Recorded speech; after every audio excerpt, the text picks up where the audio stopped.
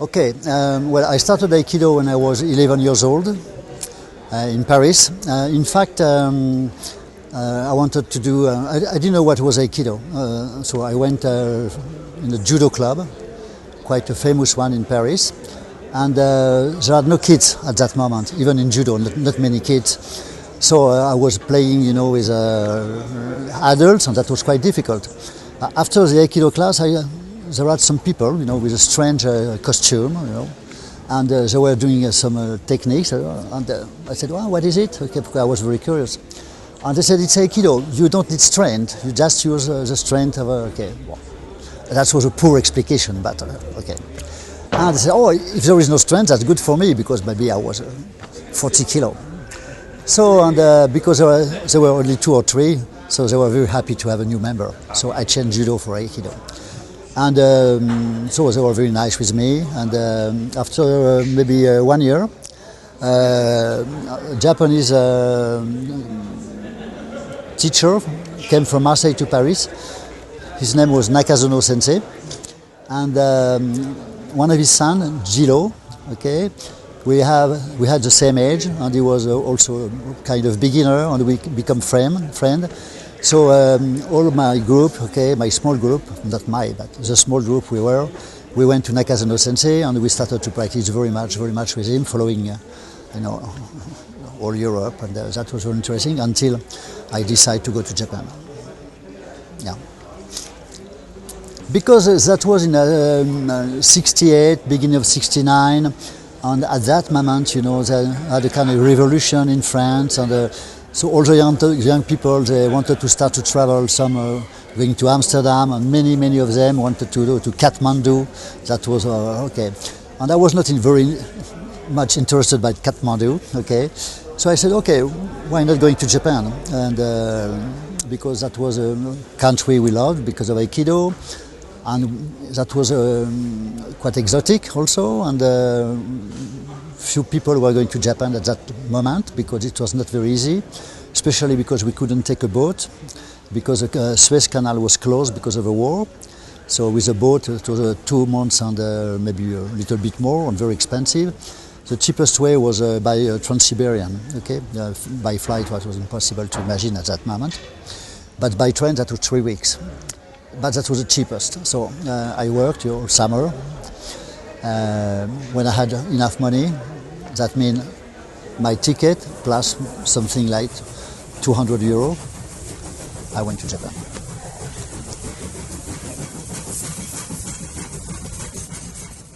First, I thought that I would arrive in Tokyo, but that was Yokohama.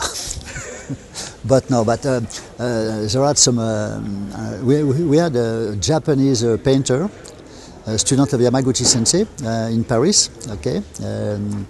He was Shodan or Nidan, and he asked to some friend of him, student of Yamaguchi Sensei, especially Mr. Noguchi and Mr. Ito.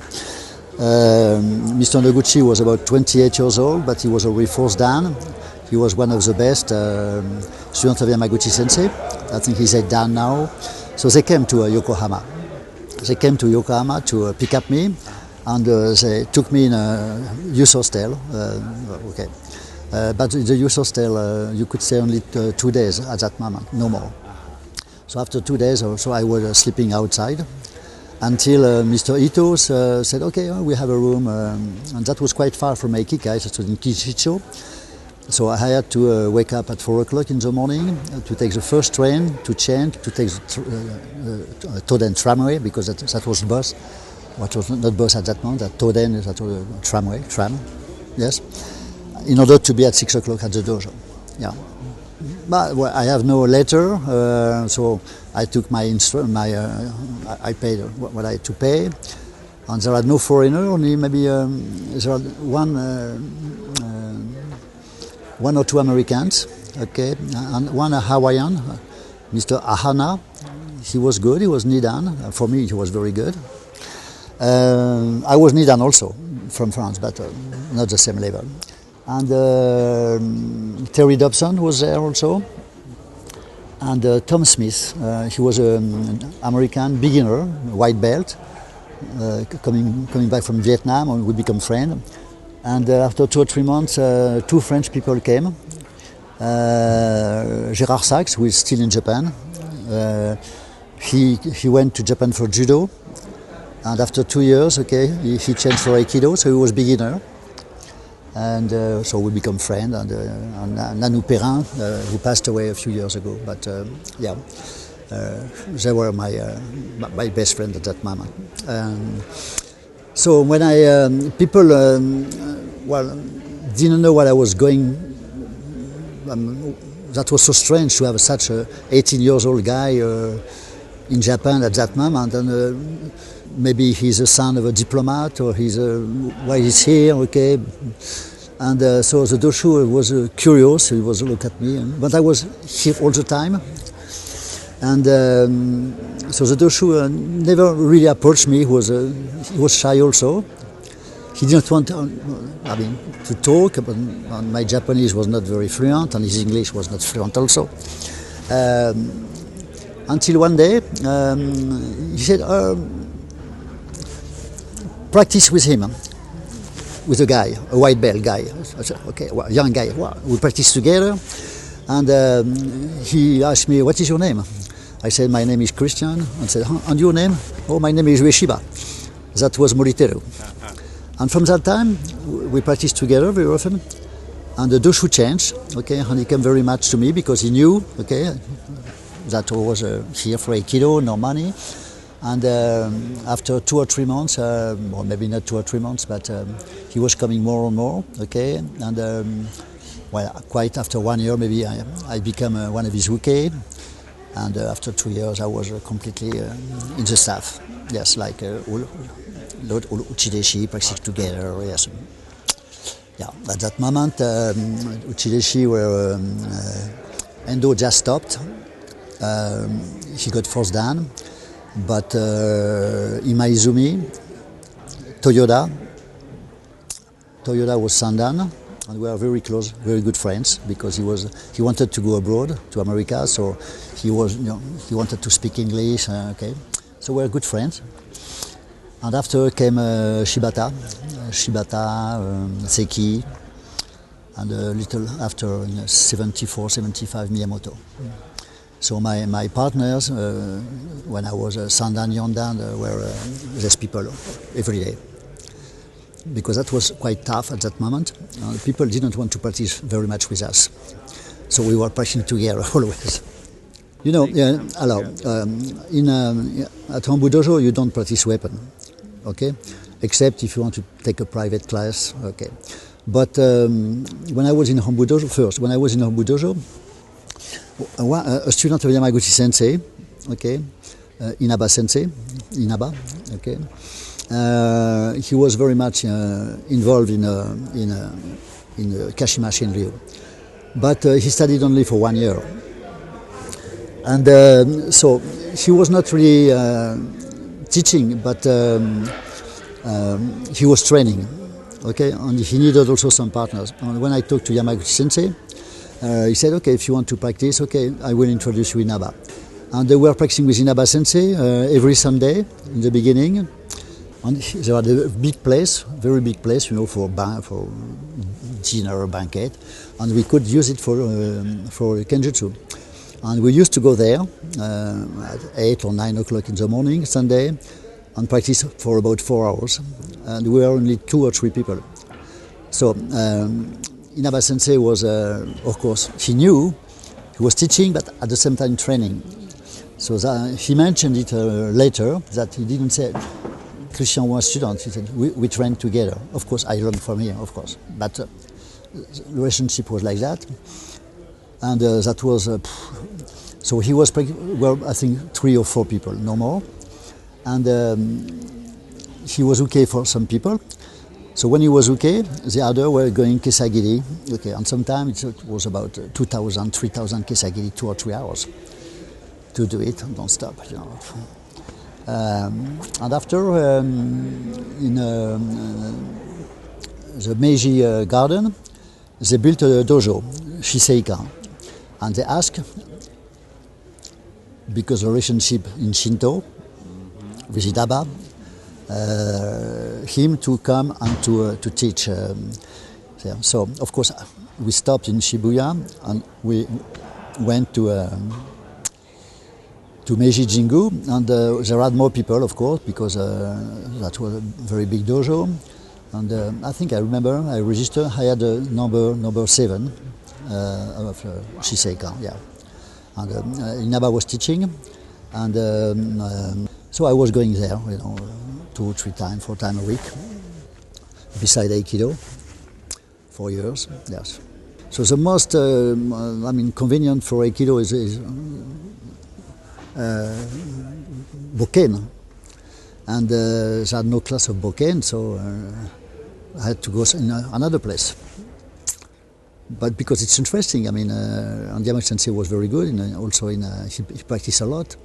And that changed my idea of Aikido, because Kenjutsu is very straight. Okay, it's not turning around, and so that was a good opportunity also to understand what Yamashita Sensei was doing. At the same time, Saotome Sensei was, when I was 22, 23, I was already, Sandan, Yondan. I had a position in Hombu Dojo. I was Dojo Kanji. I had a responsibility for all foreigners. Okay, yeah. We are a team of 5 people. Masuda Sensei was our chief. Okay. There had another guy and me, okay, so we had a special thing, Dojo Kanji. So I had a position, and I was very close also to Saotome, but I think Saotome, when Saotome went to America, he was 36. So before, maybe he was 32, 33, and he wanted to train Joe, okay, and he needed someone. So we went, upstairs, and we were practicing Joe 2 or 3 times a week, Joe or some other staff, with plastron, boxing, Saotome. And I was a good punching ball. And so, in fact, I learned Aikido, I learned Joe at the same time he was learning. So we practiced together. So I can say, Saotome was my teacher of Joe. Yamashita Sensei also, but very few. And we have Joe in Kashimashi Ryoshi, but Aikido we learned by Saotome. I was practicing very much, about 8 hours a day altogether, with Aikido, Kenjutsu, okay, and also some boxing, okay. Well. And I was practicing also in Yamashita Sensei's dojo, okay, in different places. On Sunday in Shibuya, and I was forced down, and I was practicing every day. And one day he said, "Okay, Christian, okay, what are you going to do now?" Because at that moment, forced down was a good grade. Yes. And he said, or you open a dojo in Japan, or you go back to France to open a dojo. He said, there is no sense, no meaning to continue to train every day, because now you need to make your own, okay. And he said, I think it would be better if you go to Europe. And he said, okay, I will go with you, he told. So, okay, so I went 1 month before, okay, to prepare. I organized a seminar, and he took a ticket with his wife, and for two or 3 months. And Chiba, who was in England, asked Yamashita Sensei to come in his seminar. So when Yamashita Sensei came, we stayed in Paris, we visited some Swiss, Germany, okay. I spent all my money in taking him, okay. We went to England, to the Chiba's seminar when Yamashita Sensei was teaching, and Yasuno came at that moment also for 1 week, okay. And after we stayed in France, still practicing.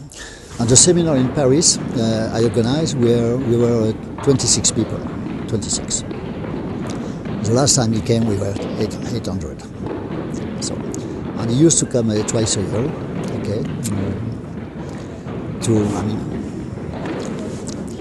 help me, yes, okay, and, that was nice, very nice, yeah.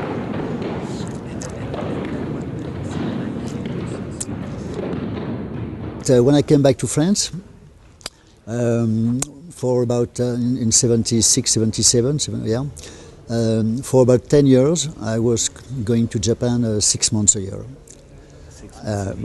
until my 6th dan. So when I got 6th dan, I start to go less, okay, and because Yamauchi Sensei was coming twice a year, I was going to Japan twice a year, but not just, I had to take care of my dojo, of course, and my kids, of course. And hopefully, the Ueshiba family, Kishomaru Sensei, Moriteru Doshu, and now Mitsuteru, are very strict on the basic, on the Kihon, and that's very important because if they keep that kind of Kihon, okay, the transmission will be easier, okay. Us, other people, we can create some other way of doing, okay, but we have to come back to the basic techniques because, for example, if there is no book or nothing in 50 years, okay, if everybody knows the same basic, Aikido will continue, okay, so that's why that's very important. So Aikido didn't change in the principle, in the basic techniques. What changed is maybe the mentality of practice, because so when I was a teenager, of course, we had judo, karate. I practiced karate also a little bit. And for us, a teenager, okay, if you wanted to learn how to fight, or okay, even if that was, crazy, but we went or to karate or to Aikido, or sometimes to judo. So we thought that, of course, Aikido was a martial art, but now it's completely different. Because everything changed, okay, because so many martial arts, like Krav Maga's coming, Kung Fu, blah, blah, blah, okay, Sambo, Brazilian Jiu-Jitsu, MMA. The question is, until where? What's going to come after MMA? Okay, well, I don't know, why not? So our image of Aikido should change, okay, and we have to think about what is the specificity of Aikido, and so according to that. I mean, we can say we are strong in, it's not our problem. You have more chance to get hurt in practice than to get hurt in the street. I had one operation here, elbow operation 3 times, okay? So, I never had that problem in the street if I don't go, in a stranger place, understand? So it's not in order to fight, it could help, but it's in order to educate yourself, okay, as a human being, how you can progress. And of course, to learn how to solve a problem, okay, even a physical problem, okay, and the way you solve it, okay, is very important for human beings. What kind of, how do you behave in such situation? Why, when you work in the street, okay, you don't go there, you understand? Okay, how you preserve yourself, okay? So that's a way to educate, and of course, communication, so many things, how to behave, how to communicate, what is a respect of integrity, okay, that's very important. So that's maybe the specific to Aikido. And Aikido is an art. There is some things we could do in Aikido, but for example, you will never see Ueshiba family or myself now doing Shihonage and punching the guy after. You understand? Because it's not our culture. We don't want to show that. We don't want to. For example, when we were in a congress in Riyadh, okay, a guy came and. So he showed, I don't say where he was coming from, but because he wanted to see what people were doing. He sent a video, we said, now you can do that. He was very upset, okay? Now you cannot do that. What you do is not Aikido. My sensei is doing, okay, but your sensei is wrong. We cannot do that. Okay, so we explained him, he changed his mind, and he made a nice demonstration. But what he was showing was completely. So we have to think about our specificity. It's very difficult, okay? So it's not something, it's not because it's not in order to be stronger than another that you don't need to practice seriously. That's why I was talking about the presence. Understand? When you face a problem, how you face it, what kind of, who you are, understand, okay? That's very important, okay? And as an art, Aikido is very interesting in how to solve the problem, okay? With a partner, of course, but with the most aesthetic and, of course, powerful. Aesthetic means nothing. Aesthetic is possible when you're alone, but when you are with a partner, it's very difficult, understand? So you don't search for the aesthetic, you search for purity. If it's pure, it's aesthetic, and if it's pure, it's strong. You understand? That's a specific Aikido, and that gives you a lot of message in your body, how to use it, and you cannot stay in a dojo, for example, or let's say a young guy, teenager, 20 years old, coming 5-6 hours a week and trying to have a very pure gesture, okay? In Aikido, in Ken, very serious, very, okay, no strange things. He cannot be another person in the street. You can be 6, 10 plus weekend trying to be pure in your dojo and have a strange, okay, you understand? Personality outside. So that's why Aikido helps. So we have to think about that, okay? So people say, yes, my Aikido is strong. We don't care. If you're strong, go to Ukraine, or I don't know. There is no meaning, okay? But, okay, when you do it, of course, it should, you try to make it work. But in what way? That's why sometimes maybe it's easier to do that, but we don't do that. You can do it, and you refrain from doing it, okay? So that's very important, to always push back your limits, okay? You want to grab? No. Push back, wait, okay? Wait the right moment, at the right time, right attitude. Yeah, that's Aikido. I think it's very important to practice Aikido with sincerity, with communication, with attention, many things, but not being a slave or a victim of others. I mean, hierarchy is important, respect is important, but in the practice, okay, don't be a victim, don't be a slave, don't be a toy. That's all. Thank you, Sensei. Excellent. Merci beaucoup. Thank you so much. You're welcome, You're sir. very kind. Thank you. Ok, merci. Aikido Brazil.